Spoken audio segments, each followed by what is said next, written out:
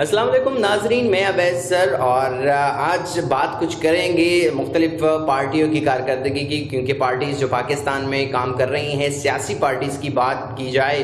جہاں پر مختلف پارٹیز نے مختلف کام کیے، وہاں پر جماعت اسلامی بہت اچھا کام کیا کرونا وائرس کے اگینسٹ، اور ملک کو اس مشکل سچویشن سے نکالنے میں ان کی بھی خدمات خاطر خواہ ہمیں دیکھنے کو ملی۔ ہمیں اسٹوڈیو میں جوائن کر رکھا ہے، آج ہمارے ساتھ موجود ہیں خالد محمود مرزا صاحب، اور PP10 جماعت اسلامی کو ریپرزینٹ کرتے رہے پرانے سیاستدان ہیں اور داؤ پیچ بخوبی سمجھتے ہیں۔ میں ویلکم کہوں گا خالد محمود مرزا صاحب آپ کو۔ بہت شکریہ عویس صاحب۔ خالد محمود مرزا صاحب،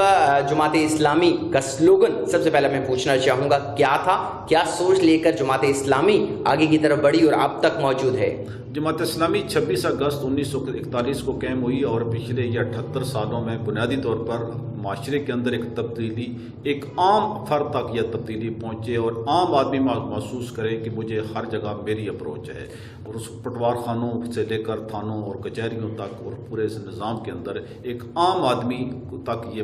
اس تک ڈلیور کیا جا سکے۔ تبدیلی کی بات آپ نے کی، آلریڈی لوگ تبدیلی کے نام سے کافی خوفزدہ نظر آتے ہیں۔ تبدیلی پاکستان تحریک انصاف نے بھی انٹروڈیوس کروائی، آپ کی تبدیلی اور ان کی تبدیلی میں آخر فرق کیا ہے، ڈفرینشیٹ کریں گے؟ جماعت اسلامی جس تبدیلی کے لیے بات کرتی ہے اس کے لیے انہوں نے اپنی ایک ٹیم تیار کی ہے۔ اس ٹیم کے بغیر جب تبدیلی کی بات کریں گے تو وہ واقعی خوفناک ثابت ہوگی۔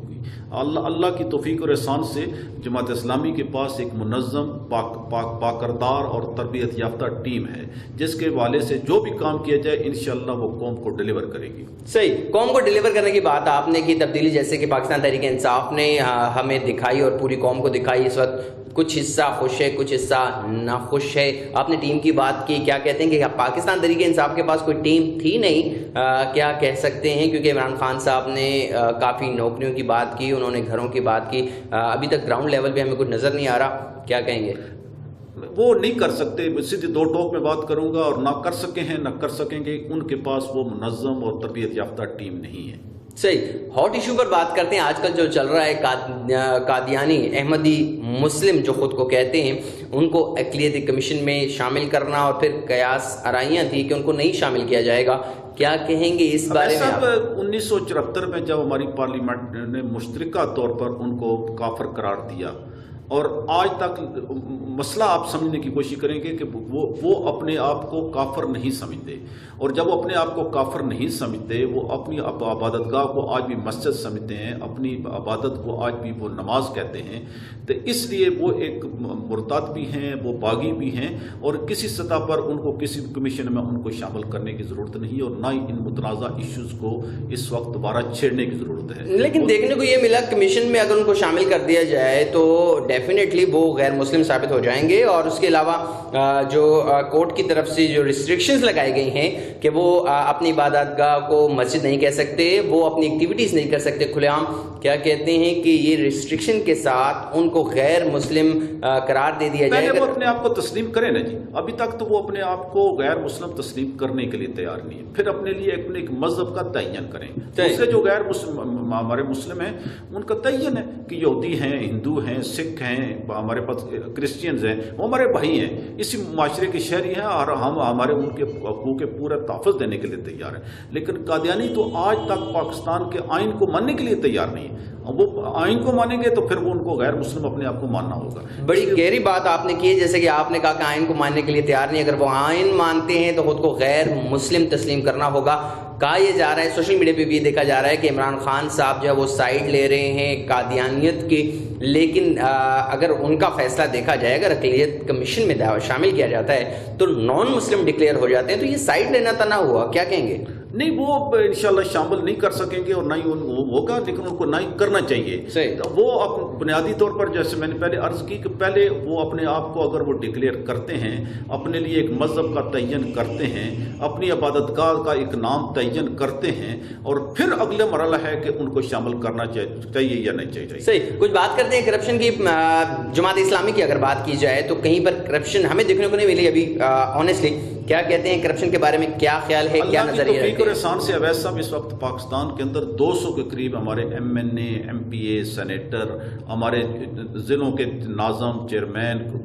کراچی کے میئر رہے، آج تک کسی کے دامن پہ کوئی دبا نظر نہ آیا، نہ آئے گا انشاءاللہ۔ جماعت اسلامی کا اندر کا ایک تربیتی نظام بھی ہے اور اندر کا اکاؤنٹیبلٹی بھی ہے، اور اس اکاؤنٹیبلٹی میں اللہ کی توفیق اور احسان کا ہم اللہ کا شکر ادا کرتے ہیں، ہم دوسرے کی اصلاح بھی کرتے ہیں اور ایک دوسرے کے معاملات کا جائزہ بھی لیتے ہیں۔ انشاءاللہ آج بھی جماعت اسلامی کے لوگ وہ ہم دردے سے کہہ سکتے ہیں کہ کسی کے دامن پہ کوئی نہ دبا ہے اور نہ ہوگا انشاءاللہ۔ دیکھیں دامن پر دھبے کی جیسے آپ نے بات کی، کرپشن کی آپ نے بات کی کہ ابھی تک کوئی ثابت نہیں ہوئی یا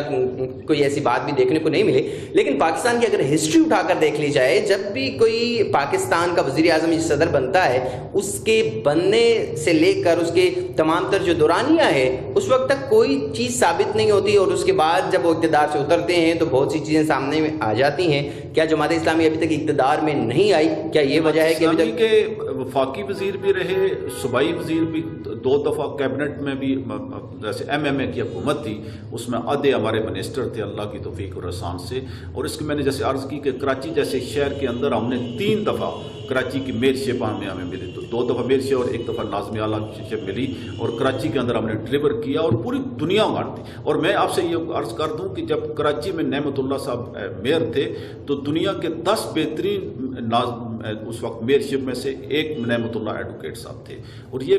پوری دنیا کے اندر، اور یہ اس لیے کہ یہ نہیں کہہ سکتے کہ ہم ان کو ملا نہیں، جس جگہ ان کو اقتدار ملا۔ ایک MNA کے بہت سارے اختیارات ہوتے ہیں، ایک MPA کے بہت سارے اختیارات ہوتے ہیں، اگر وہ ایک رتی برابر بھی اگر ان کے دامن، اور میں یہ کہوں گا کہ اس سے بھی آگے بڑھ کر جو سرکاری پلاٹ ملتے ہیں MNA کو ملتے تھے، سینیٹروں کو ملتے تھے، لیکن جماعت اسلامی نے طے کیا تھا کہ ہمارا کوئی MNA اور MPA اور سینیٹر پلاٹ نہیں لے گا، تو انہوں نے نہیں لیا، حالانکہ باقاعدہ حکومت کی طرف سے طے تھا، تو انہوں نے پلاٹ نہیں لیا، اور نہ چونکہ وہ سمجھتے تھے کہ یہ ہمارا اس پر کوئی حق نہیں بنتا۔ جماعت اسلامی کے بارے میں اگر دیکھا جائے تو سوشل میڈیا یا پرنٹ میڈیا یا الیکٹرانک میڈیا کی بات کی جائے، جماعت اسلامی کی پذیرائی بہت کم دیکھنے کو ملی ہے۔ جماعت اسلامی اپنے آپ کو اتنا شو نہیں کرتی، اور اگر دیکھا جائے پاکستان تحریک انصاف جب اقتدار میں نہیں تھی، سوشل میڈیا کے اوپر، الیکٹرانک میڈیا کے اوپر کافی اچھا نیٹ ورک تھا۔ جماعت اسلامی اگر اپنا نیٹ ورک اچھا کر لیتی تو کیا کہہ سکتے ہیں تبدیلی آئے گی؟ ظاہر ہے ہر روز اپنے کام کو بہتر سے بہتر طرف لے کر جانا چاہیے۔ سوشل میڈیا میں تو الحمدللہ اس وقت جماعت بہت ہی ایکٹیو ہے، ہمارا ایک سوشل میڈیا پر ہمارا جو ونگ ہے وہ بہت ایکٹیولی پارٹیسپیٹ کر رہا ہے، اور ہمارا یوتھ، ہمارے جو پورا شعبہ جو الیکٹرانک میڈیا ذرا پرائیویٹ چینل ہے، ان کے اپنے مجبوریاں ہیں جس میں جماعت اسلامی کو جتنی ان کی گنجائش بنتی ہے وہ وقت دیتے ہیں، اور جو ہماری بھی ہم آگے شاید ان کی مجبوریاں ہوں، لیکن سوشل میڈیا کے اندر ہم الحمدللہ جماعت اسلامی، اور لیکن ہم اپنی گنجائش آج بھی سمجھتے ہیں کہ اس کام کو اور بہتر کرنے کی ضرورت ہے۔ جماعت اسلامی کی کیا یہاں پر میں کہوں گا کہ کیا رول رہا، کیا حصہ لیا corona virus, lockdown, ration کی تقسیم، کچھ مالی امداد، جماعت اسلامی نے کس طرح سے حصہ لیا ان ایکٹیویٹیز میں؟ جماعت اسلامی کا یہ ہے کہ جس دن سے لاک ڈاؤن ہوا اسی دن امیر جماعت نے اپنی جماعت کے ارکان، ذمہ داران، ہر سطح کے ذمہ داران کو یہ حکم دیا کہ آپ تمام جماعتی ایکٹیویٹیز کینسل، آپ تمام کی تمام جماعت اسلامی کے لوگ الخدمت کے کام میں مشغول ہو جائیں۔ اور اس دن سے لے کر آج تک اللہ کی توفیق اور احسان سے جماعت اسلامی 1 ارب سے زیادہ کا اس وقت راشن، فوڈ پیکیج، میڈیسن، اس وقت سینیٹائزر، ماسک، یہ اس وقت قوم کو درمیان تقسیم کر چکی ہے۔ اپنے جو سرکاری اسپتال ہیں وہ ڈاکٹروں کو اکوپ کر چکی ہے، اور اپنے جو اسپتال ہیں ہمارے وہ بھی ہم نے حکومت کو پیش کر کہ 53 ہاسپٹل ہے، یہ حکومت ان کو چاہے تو جس طرح استعمال کر سکتی ہے۔ تو اس وقت ہماری پورے ہر کارکن، یہ لاک ڈاؤن کے اندر احتیاط ضرور ہے، ہاتھ ہم نے نہیں ملایا ہوگا، گلے نہیں ملے ہوں گے، لیکن ہم ایک دن بھی جماعت اسلامی کا کوئی کارکن گھر میں نہیں بیٹھا اور پبلک کے درمیان میں رہا، کہ چونکہ اس قوم ہماری بہت مشکل کے اندر تھی، لاک ڈاؤن کے اندر ہمارا مزدور بہت مشکل کے اندر تھا، دیہڑی دار بہت مشکل تھا۔ میں اس دن سے لے کر آج تک میں فیلڈ کے اندر ہوں، احتیاط اپنی جگہ احتیاط ضرور کی ہوگی، لیکن یہ ہے کہ گھر نہیں بیٹھے اور مسلسل ریلیف کے کام کے اندر مصروف ہیں. میں اپنے زون کے اندر بتا دوں کہ اس وقت ہمارے جو زون PP10 ہے اس میں ہم تقریباً 16 لاکھ کا اللہ کی توفیق اور احسان کے ساتھ ہم راشن، ہم میڈیسن، سینیٹائزر، ہم ماسک تقسیم کر چکے ہیں. تقریباً 100 سے زیادہ مساجد، چرچ کو ہم نے سپرے کی ہے. جماعت اسلامی اور تحریک لبیک، ان دونوں جماعت کے بارے میں یہ کہا جاتا ہے کہ فرقہ واریت کے جو ایشو ہے یہ ہٹ کر چکا ہے ان کو. جماعت اسلامی کا بڑے پیمانے پہ پذیرائی نہ ہونا، کیا کہتے ہیں کہ کیا فرقہ واریت کا کوئی ایشو اس میں آتا ہے؟ نہیں، جماعت اسلامی اللہ کا شکر ہے کہ کسی فرقے میں نہیں پڑی. جماعت اسلامی پوری امت کو ریپرزینٹ کرتی ہے اور جماعت اسلامی کسی مسلک کو ریپرزینٹ نہیں کرتی. اور میں آپ کو یہ کہ جماعت اسلامی کے اندر جو لوگ ہیں ایک مسجد کے اندر نماز پڑھ رہے ہوتے ہیں، کوئی ہاتھ اوپر باندھ رہا ہوتا ہے، کوئی ہاتھ نیچے باندھ رہا ہوتا ہے. تو جماعت اسلامی کے لوگ جو ہے نا وہ انتہائی معتدل لوگ ہیں، قرآن و سنت سے کا مطالعہ کرنے والے. اللہ کی توفیق اور احسان سے ہم کسی دوسرے کو تو ہم بات نہیں کرتے، لیکن جماعت اسلامی کسی مسلک اور فرقے کی طرف نہ جاتی ہے اور نہ قوم کو اس کی طرف بلاتی. صحیح. سراج الحق صاحب کی کوئی ایک بات جو آپ کو متاثر کی ہو، کیونکہ دیکھا جائے تو مختلف سیاستدان کچھ عرصہ گزارنے کے بعد ایک پارٹی چینج کر لیتے ہیں اور دوسری پارٹی میں چلے جاتے ہیں. پاکستان تحریک انصاف میں ہم نے کافی مثالیں ایسی دیکھی ہیں، نون لیگ میں کافی ایسی مثالیں ہم نے دیکھی، پیپلز پارٹی میں کافی ایسی ایگزامپلز ہمارے سامنے موجود ہیں. جماعت اسلامی میں بہت کم ایسے لوگ ہیں جو یا تو کوئی آتا نہیں ہے، جب کوئی آتا ہے تو پھر اسے جاتا نہیں ہے، بہت مشکل ہوتا ہے اس کے لیے جانے کا. کیا کہتے ہیں، کیا ایسا کمال ہے جماعت اسلامی میں؟ جماعت اسلامی ایک نظریے کے تحت بنی ہے. جماعت اسلامی کسی فرد کے گرد نہیں گھومتی. لیکن میں آپ سے آپ نے پہلا تو سوال کیا سراج الحق صاحب. سراج الحق صاحب ایک غریب گھرانے میں پیدا ہوئے اور وہ جب اسلام آباد میں داخلہ لینے آئے تو رات کو فٹ پاتھ پر انہوں نے رات گزاری اور ایک اسکول میں ان کو نکال دیا گیا کہ ان کے پاس اسکول بیگ نہیں تھا. لیکن آج وہ سینیٹر ہیں. یہ جماعت اسلامی کا کمال ہے کہ انہوں نے اس کمزور بندے کو اٹھا کر آج امیر بھی بنایا اور سینیٹر بھی بنایا. اور ان کا ایک کردار ہے، ایک پختہ کردار کے وہ مالک ہیں. باقی یہ میں ان کو گزارش یہ کرنا چاہتا ہوں کہ جماعت اسلامی کا ہر فرد ایک نظریے، ایک فکر کے تحت آگے بڑھا ہے اور نظریے اور فکر کے تحت آنے والے لوگ بھاگ کر کہیں اور نہیں جاتے.